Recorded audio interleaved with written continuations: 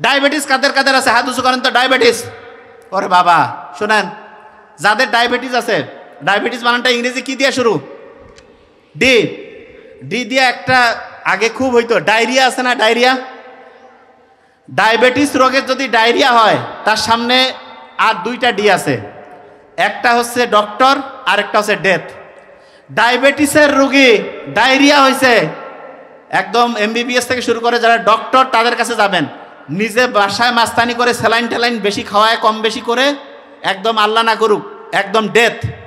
ডায়াবেটিসের রোগী কখনোই কখনোই ডায়রিয়া হইলে বাসায় নো ট্রিটমেন্ট, ডক্টরের কাছে যাবেন, ডক্টর দেখে যেই অনুযায়ী দিবে, আপনি প্লাস মাইনাস বুঝবেন না, আমি খালি যেইটা বললাম সেইটুক, বেশি মাস্তানি করলে শেষ হয়ে যাবেন।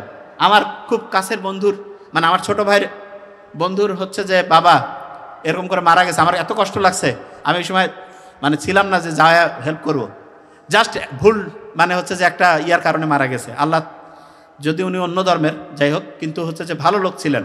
তো যে জিনিসটা বলতেছিলাম, জন্ডিস কারো কারো হয়েছে, জন্ডিস।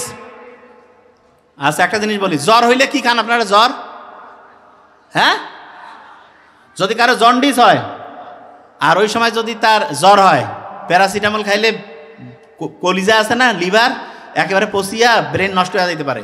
এই জন্য যার জন্ডিস ওই সময় যদি তার জ্বর হয়, ভুলেও প্যারাসিটামল খাবেন না, হারাম। হারাম বলতে বোঝাচ্ছি একেবারে ব্রেনের জন্য, শরীরের জন্য ধ্বংস, ভুলেও এটা করবেন না।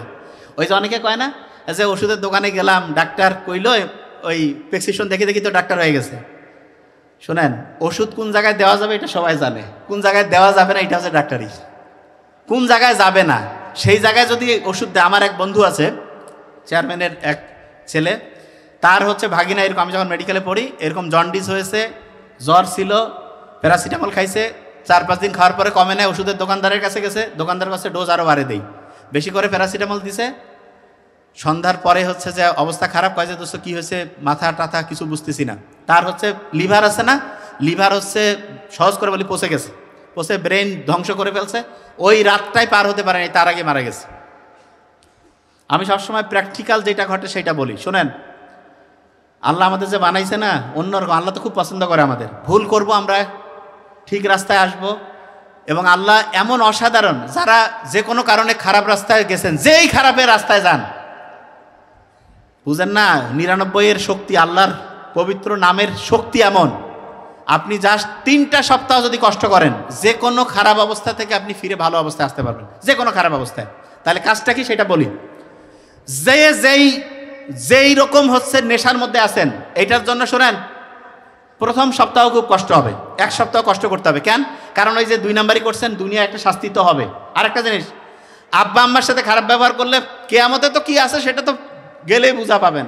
জাহান্নামে যাওয়ার আগে আল্লাহ দোজক দেখাই দিবে ভালো করে, যে দেখ বিশ্বাস হয় কিনা। কবে আল্লাহ বিশ্বাস দিচ্ছে। জাহান্নামে যারা যাবে প্রত্যেকে বিশ্বাস করেই যাবে, মানে বুঝেন নাই, যাওয়ার আগে কবে আল্লাহ একটু মাফ করে দাও, কোনো বুদ্ধি নাই, পার হয়ে গেছো এখন ঢুকো। আর আব্বা আম্মার সাথে বেয়াদবি খারাপ ব্যবহার করলে দুনিয়ায় সেটার শাস্তি পাবেন, আর যদি ভালো কাজ করেন দুনিয়া আল্লাহ রহমত করবে।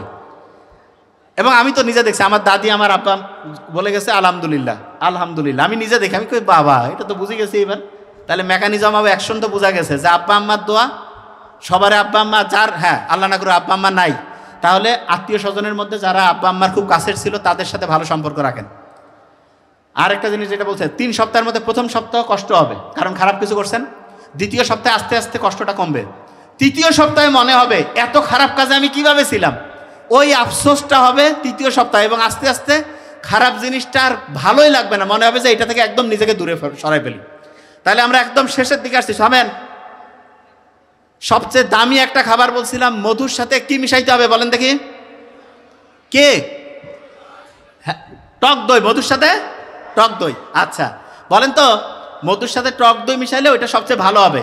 রাতে ঘুমানোর আগে চিন্তা করবেন যে ইনশাল্লাহ আমি যেটা হইতে চাই হয়ে গেছি, সকালে ঘুম থেকে উঠে যেটা হইতে চাই হয়ে গেছি। রিভিশন দিবেন 1 নাম্বার দিন, 3 নাম্বার দিন, 7 নাম্বার দিন, 14 নাম্বার দিন, আরও আছে। অনেকে কয় না এ স্মার্ট, এ স্মার্ট না। একটা ইন্টারেস্টিং জিনিস বলি, আপনার কানটা ধরেন তো, কানের লতি, কানের লতির সাথে আপনার যে শোল্ডার আছে না, শোল্ডার ঘাড়, এইটার দূরত্ব যত বেশি তত আপনি স্মার্ট, তত আপনি কনফিডেন্স।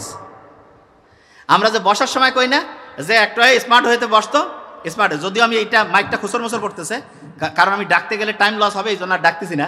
এই যে আপনি যখন বসবেন আপনি খেয়াল করবেন, এই যে কানের লতি এবং শোল্ডার, কানের লতি এবং শোল্ডার, এই দুইটা যত দূরত্ব বেশি তত আপনি স্মার্ট।